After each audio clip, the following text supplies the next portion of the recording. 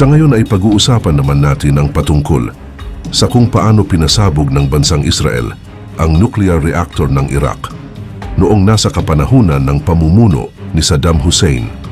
Ang pangyayaring ito ay matagal na itinago ng Israel at maituturing ito na isa sa mga undercover operation ng Israel.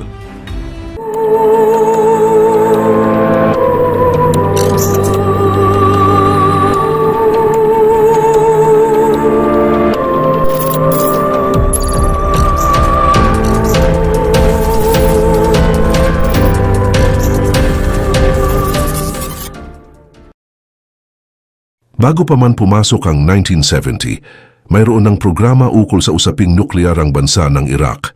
Hinangad ng gobyerno ng naturang bansa na mas palawakin pa at paigtingin ang nasabing programa.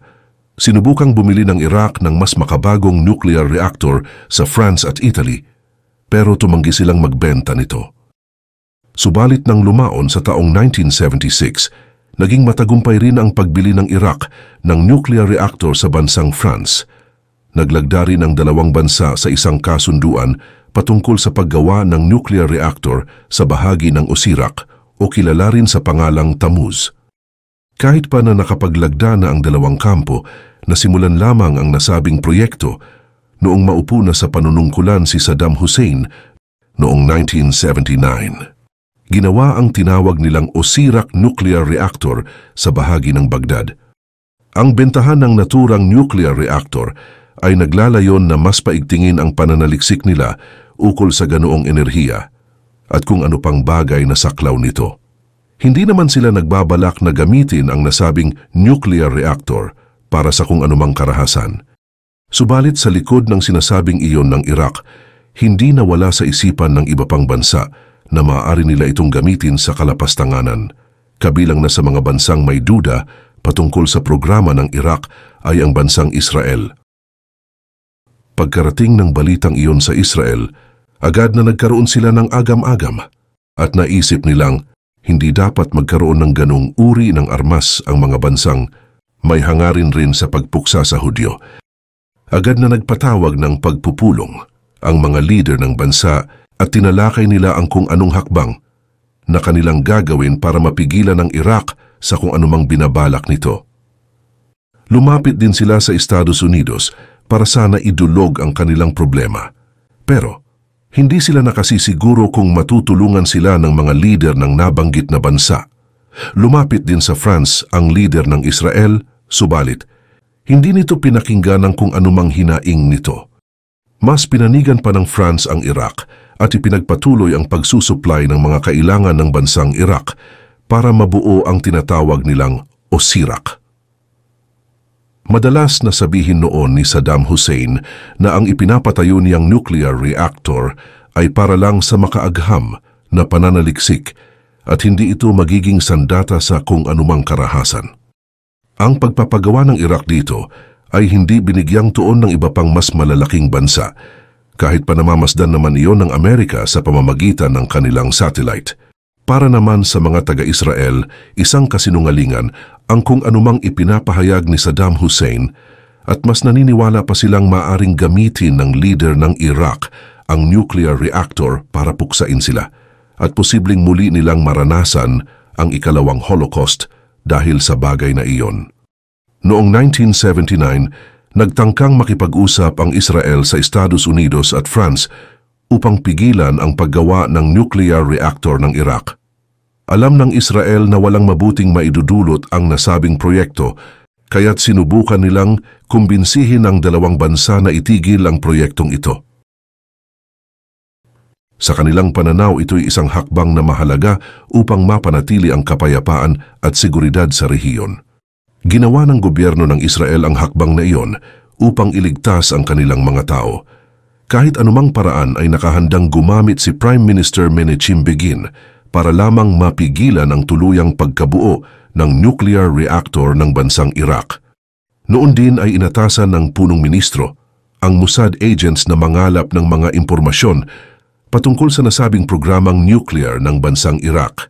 Isa ito sa pinakaunang hakbang nila para pigilan ang pagbuo ng nuclear reactor.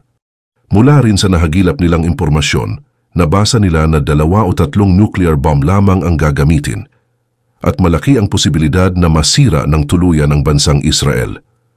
Ito rin ay base sa kaalamang nakalap nila sa mga siyentipikong nagtatrabaho para buuin ang naturang nuclear reactor. Dahil alam ng Israel na hindi pa gaanong kompleto ang kagamitan ng Iraq para makagawa ng nuclear bomb, ninais nilang pigilan ang pagkakabuo at paggana ng nuclear reactor ng Iraq. Kapag kasi tuluyang mapagtagumpayan ng mga taga-Iraq ang paggawa ng nuclear bomb, tiyak na nasa mahigit kumulang 600,000 katao na nasa bansang Israel ang mamamatay. Mawawasak din ng bomba ang mga malalaking syudad ng nasabing bansa. Inatasan din ni Prime Minister Menachem Begin ang mga Mossad na gawin ang lahat ng kanilang makakaya para maantala ang pagkakagawa at pagkakakompleto ng nuclear reactor ng Iraq. Noong malaman ng mga Mossad na ipapadala na ng France sa Iraq ang core ng nuclear reactor, agad silang nagpadala ng mga agent para wasakin ito upang hindi na magamit pa. Agad namang pumunta ang mga Mossad agents sa France at tinungo ang warehouse kung saan matatagpuan ang ipapadalang core ng nuclear reactor ng Iraq. Nilagyan nila ng mga bomba ang naturang warehouse at pagkatapos ay pinasabog ito. Subalit, kahit pa nagtagumpay ang pagpapasabog dito ng mga Mossad, hindi pa rin tuluyang nagiba ang core ng nuclear reactor, kahit pa nagawa ng paraan ng nakatokang kumpanya para maayos ito. Gayunpaman, naging malaking tulong para sa Israel ang pangyayaring iyon dahil naantala ng halos 6 na buwan ang pagpapadala ng nuclear reactor core sa bansang Iraq. Noong nasa France ang mga Mossad, napasok nila ang French Atomic Energy Commission kung saan nalaman nila na isang magaling na siyentipikong taga-Egypt na nagngangalang Yahya al-Mashad ang nagtatrabaho para kay Saddam Hussein. Sinubukan nilang suhulan ang nasabing siyentipiko sa pamamagitan ng malaking pera, kapangyarihan at babae, subalit mariin itong tumanggi at sinabing hindi siya interesado sa kanilang alok. Dahil dito, nagpasya ang mga Mossad na patay na lamang ito.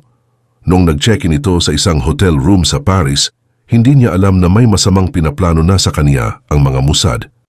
Nagpadala sila ng isang babaeng agent at nang pagbuksan ito ng siyentipiko'y agad siyang ginilitan sa liig ng babae. Agad ding tumakas ito matapos niyang isagawa ang kaniyang misyon. Noong June 13, 1980, natagpuan ng siyentipikong ito na wala ng buhay sa loob ng kaniyang silid sa isang hotel sa Paris. Nabasag ang kaniyang bungo at ang kaniyang silid ay may mga bandalismo. May isang babae ang nakakita sa nangyari at sumubok pang tumawag ng pulis. Subalit bago pa man siya tuluyang makapanayam ng mga pulis, nasagasaan siya ng isang sasakyan na siyang naging dahilan ng kaniyang kamatayan. Habang patuloy ang pagsasagawa ng nuclear reactor ng bansang Iraq, naipapabalita naman sa mga pahayagan ang pagkakamatay ng mga nasa 12 siyentipikong nagtatrabaho para sa naturang proyekto. Naging maingay ang usapin patungkol dito at ang mga tao ay may hinala na ang Mossad agents ang may gawa ng ganoong pangyayari. Subalit, totoo naman ang haka-haka dahil ang mga secret agent nga ng Israel ang may kagagawan noon. Gawa ng kakulangan ng matibay na patunay ng kanilang gawain, hindi sila nagagawang mahuli ng mga pulis. At kahit na matagumpay na nagawa ng mga Mossad ang kanilang misyon, hindi pa rin nakampante ang Israel dahil alam nilang hindi nila basta-bastang mapipigilan ang pagkumpleto ng Iraq ng kanilang nuclear reactor. Nagpaabot din ng mensahe ang mga Mossad sa Prime Minister ng Israel na nagawa na nila ang lahat ng kanilang makakaya para pigilan ang pagdala ng France ng nuclear reactor core sa Iraq at pigilan ang pagkakompleto nito. Sa taong 1980, nagkaroon din ng hidwa ng Iran at Iraq, kaya maging ang bansang Iran ay gumawa rin ng hakbang para sirain ang nooy ginagawa pa lamang na nuclear reactor ng Iraq. Sa taon ding ito, buwan ng Setyembre, nagpadala ng 4 na F-4E Phantom jets ang Iran at walang pagdadalawang isip nilang binomba ang nuclear reactor ng Iraq. Ang ginawang ito ng Iran ay nakadagdag sa pagkaantala ng pagkakabuo ng naturang reactor. Buwan ng Oktubre, nagpadala ng sulat ang Iraq sa Israel at sinasabi nito na tuluyan nang mapapagana ang nuclear reactor nila. Kasabay ng pagkakita ng mga litrato mula sa kanilang satellite noong 1981, kinumpirma ng Amerika ang tuluyang pagiging operational ng nuclear reactor ng bansang Iraq. Ang saad pa ng bansang France, magagamit na rin iyon sa bandang katapusan ng taong iyon. Dahil kulang na sa oras, inaprubahan ng Prime Minister ang tinatawag nilang Operation Opera na kinikilala rin nila na Operation Babylon. Ang layunin ng operasyon ay pigilan ang Iraq na mag-develop ng nuclear weapons. Ito ay isa sa mga plano na inihanda ng Israel Defense Force bilang hakbang sa pagwasak ng nuclear reactor ng Iraq. Naisip ng Israel na pasabugin ang Osirak Nuclear Reactor sa pamamagitan ng paghulog ng bomba rito. Ngunit, isa sa naging suliranin nila ay masyadong malayo ang Iraq. Higit kasi sa 1,200 milya ang distansya ng bansang iyon mula sa Israel. Hindi kagaya ng ibang bansang Arabo na madali lang liparin at puntahan. Kapag aatake sila sa Iraq, kailangan pa nilang dumaan sa bahagi ng Jordan at Saudi Arabia. Ang mga ito ay kasali rin sa Arab League na kalaban din ng bansang Israel. Pinagsama-sama ng Israel ang mga magagaling nilang piloto at mas hinasa pa ang kanilang kakayahan. Upang mas maging bihasa pa sila sa kanilang gagawin, pinadala sila sa Utah sa may bansang Amerika upang doon maghasa ng kanilang kakayahan. Matapos ang kanilang pagsasanay, pinabalik sila sa Israel at ng mga panahong iyon lang sinabi ng mga matataas na tao sa kanilang gobyerno kung ano ang misyon na kinakailangan nilang gawin, ang pagbomba ng Osirak. Gulat na gulat naman ang mga piloto dahil noon lang din nila nalaman ang kanilang magiging misyon. Alam nila sa kanilang sarili na napakabigat ng iniaatas sa kanila ng kanilang gobyerno. Bunsod nito, lalo pa silang nagsanay sa pagpapalipad ng gagamitin nilang aircraft na tinatawag nilang F-16 kung saan mas makabago iyon kung ikukumpara sa F-15 na kanilang nakasanayang paliparin.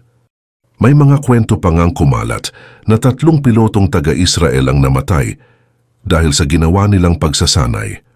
Noong mga panahong iyon ay nagsanay rin ang mga piloto na paliparin ang nasabing aircraft nang mababa at magkakalapit.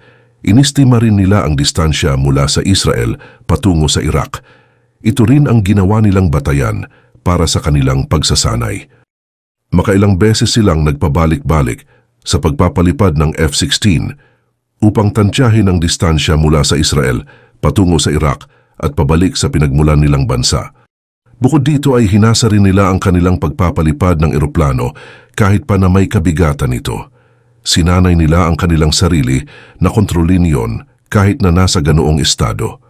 Ang ginamit nilang pampabigat ay mga tangke ng gasolina kung saan ito rin ang magsisilbi nilang reserba kung sakaling malagay sila sa alanganin. Kailangan din kasi nilang maghanda ng ekstrang gasolina para mas mapadali ang kanilang pagre-refuel nang hindi nalalagay sa kompromiso ang kanilang misyon. Lubhang delikado kasi kapag tumigil pa sila para lamang magpagasolina, lalo na at tutuntong sila sa bansang sakop ng Arab League. 10 buwan ang iginugol nila para hasain palalo ang kanilang mga kakayahan sa pagpipiloto. Kahit na nasa kalagitnaan ng pagsasanay ang mga piloto, patuloy pa rin sa kanilang undercover operation ang mga Mossad. Nagpatuloy ang kanilang pagmamatyag at pagkalap ng mga impormasyon patungkol sa ginagawang operasyon at maging sa progresong nagaganap sa ginagawang nuclear reactor sa bansang Iraq.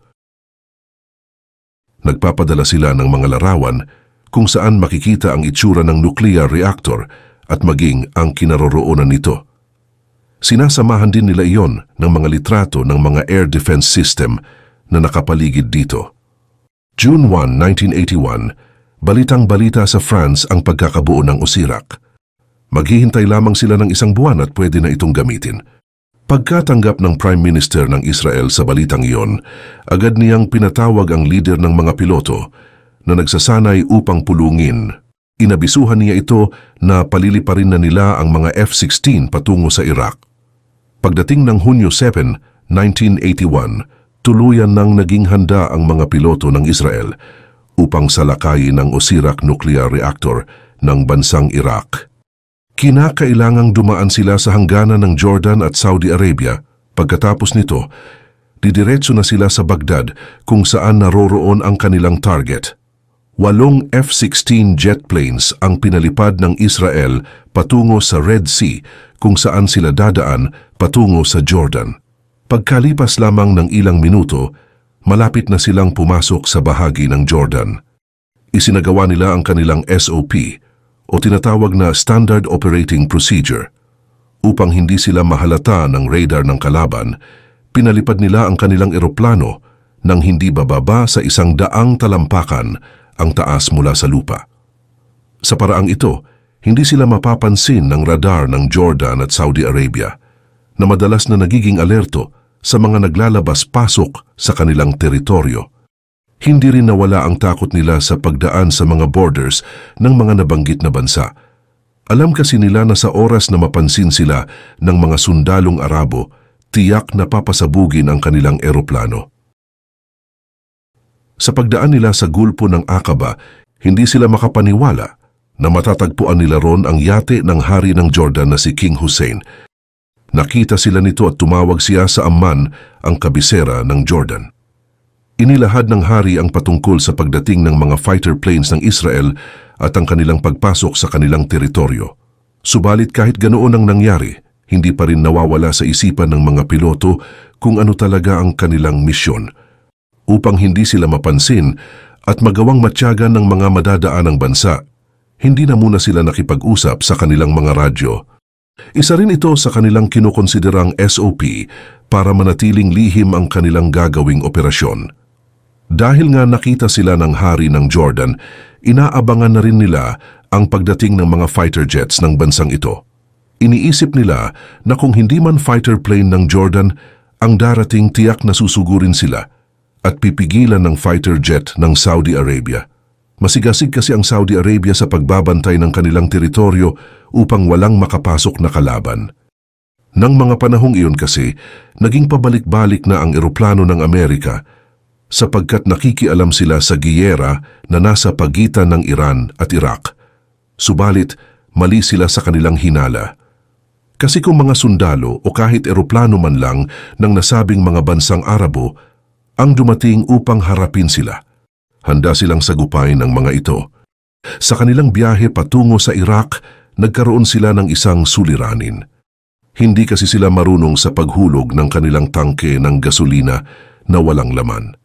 Kinakailangan din nila itong maihulog kaagad upang mabawasan ang bigat ng kanilang eroplano. Sa paraang yon, mas mapapadali ang kanilang pagkontrol dito at hindi sila mahihirapan. Subalit kalaunan, nagawa rin nilang ihulog ang mga basyong tangke ng gasolina. Dahil dito, naging matiwasay ulit ang kanilang pagpapalipad ng F-16. Halos 1.5 oras ang kanilang iginugol bago sila tuluyang makapasok sa teritoryo ng bansang Iraq. Nang makalapit na sila sa kung saan man ang tunay nilang misyon doon, lahat sila ay nakaramdam ng takot at pangamba. Batid kasi nila na anumang oras o pagkakataon ay posible nilang makasalubong ang mga missiles ng surface-to-air guided weapon ng Iraq. Subalit, dahil malaki ang tiwala sa kanila ng mas nakatataas sa kanila, hindi sila maaaring mabigo sa kanilang misyon. Pagkalampas nila sa ilog Euphrates, mas binilisan pa nila ang pagpapalipad ng kanilang F-16 fighter jets. Inihanda na rin nila ang lahat ng kanilang buton na pipindutin kung darating na ang takdang panahon para ihulog nila ang kanilang bomba sa kanilang target. Dumaan pa ang ilang minuto at tuluyan nilang narating ang kinaroroonan ng Osirak nuclear reactor. Halos hindi sila makapaniwala dahil sa kanilang paglapit, wala man lang kahit isang missile ang sumalubong sa kanila. Hindi rin nila nakita ang presensya ng mga sundalo sa paligid ng nasabing nuclear reactor na siyang kanilang inaasahan sana na bubungad sa kanila. Alam kasi ng mga piloto ng Israel na kasagsagan iyon ng giyera ng Iraq laban sa Iran. Kaya, inaasahan na nila na maiipit sila sa gulo ng dalawang bansang ito. Dahil wala man lang bantay ang nasabing nuclear reactor, mas napadali ang kanilang trabaho at pagtupad ng kanilang misyon. Hinulugan nila ng 16 na bomba ang nuclear reactor mula sa magkasunod na 8 F-16 fighter jets. Magkaparis ang mga aircraft na ito sa paglipad at may agwat lamang na 3 segundo. Pagkatapos nilang ihulog ang mga bomba, agad silang lumayo sa Osirak. Sa kanilang pag-alis mula sa kinaroroonan ng kanilang target, noon lamang nila napansin ang mga sundalo na nagsisipagtakbuhan patungo sa kanilang istasyon.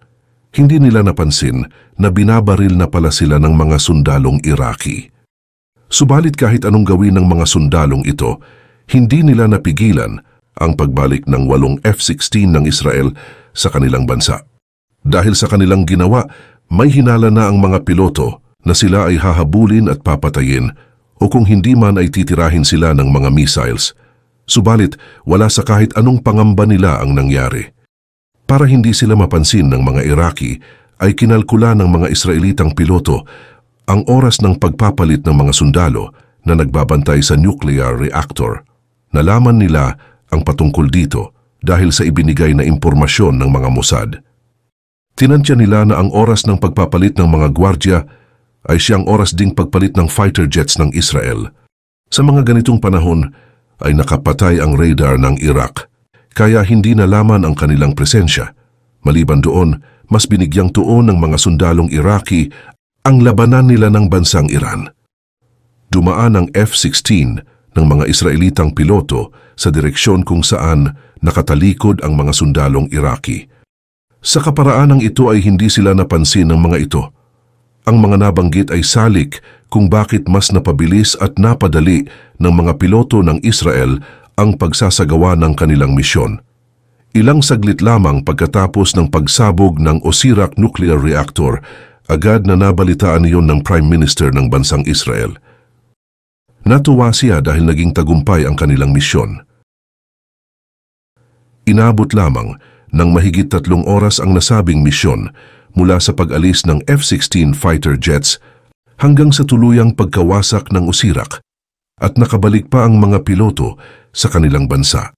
Nagulat naman ang buong mundo dahil sa ginawang hakbang ng Israel. Maging si Presidente Reagan ng Estados Unidos ay nagulantang din sa naging hakbang nito. Agad na nagpatawag ng pulong ang presidente upang talakayin ang patungkol sa ginawa ng Israel. Halos lahat sa kanila ay tutol sa kung anumang ginawa ng Israel, lalong-lalo na si George Bush na nooy vice-presidente pa lamang. Maging ang mga nasyon na kasapi ng Arab League ay hindi rin natanggap ang ginawang hakbang ng nasabing bansa. Dahil sa ginawang ito ng Israel, nagkaisa ang mga bansa na kasapi ng United Nations upang bigyan ng parusa o sanksyon ang nasabing salarin sa pagpapasabog ng nuclear reactor sa bansang Iraq. Subalit pagdating ng takdang panahon para ibigay ang hatol, ay wala ni kahit isang sanksyon na natanggap ang Israel. Nagbigay rin ng pahayag ang Israel na wala silang dapat na ihingi ng tawad.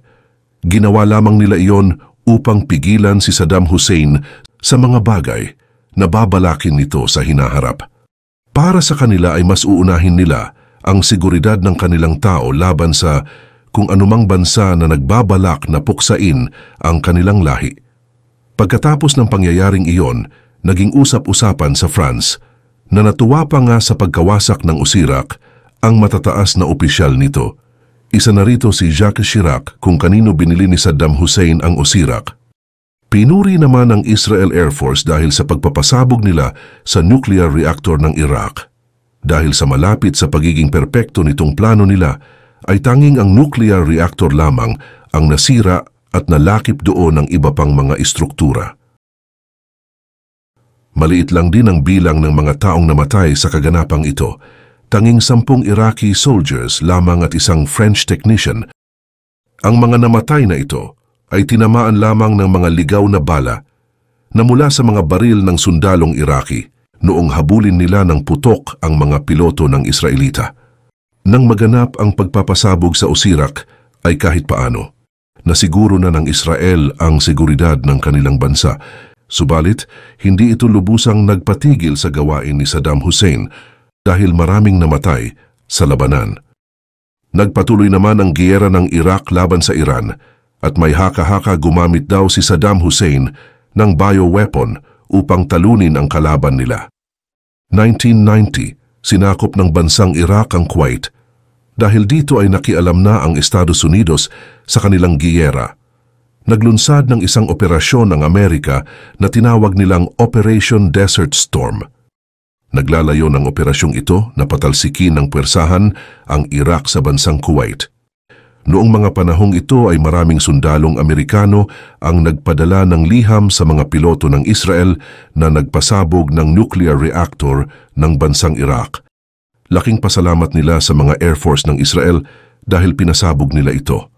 Dahil malamang daw kung hindi sumabog ang nuclear reactor ng Iraq, tiyak na gagamitin nila ito laban sa Amerika at hindi magtatagumpay ang Operation Desert Storm nila. At ito ang istorya patungkol sa Operation Opera o kilala rin sa tawag na Operation Babylon na isinagawa ng Israel para sirain ang nuclear reactor ng bansang Iraq na noon ay nasa pamumuno ng diktador na si Saddam Hussein.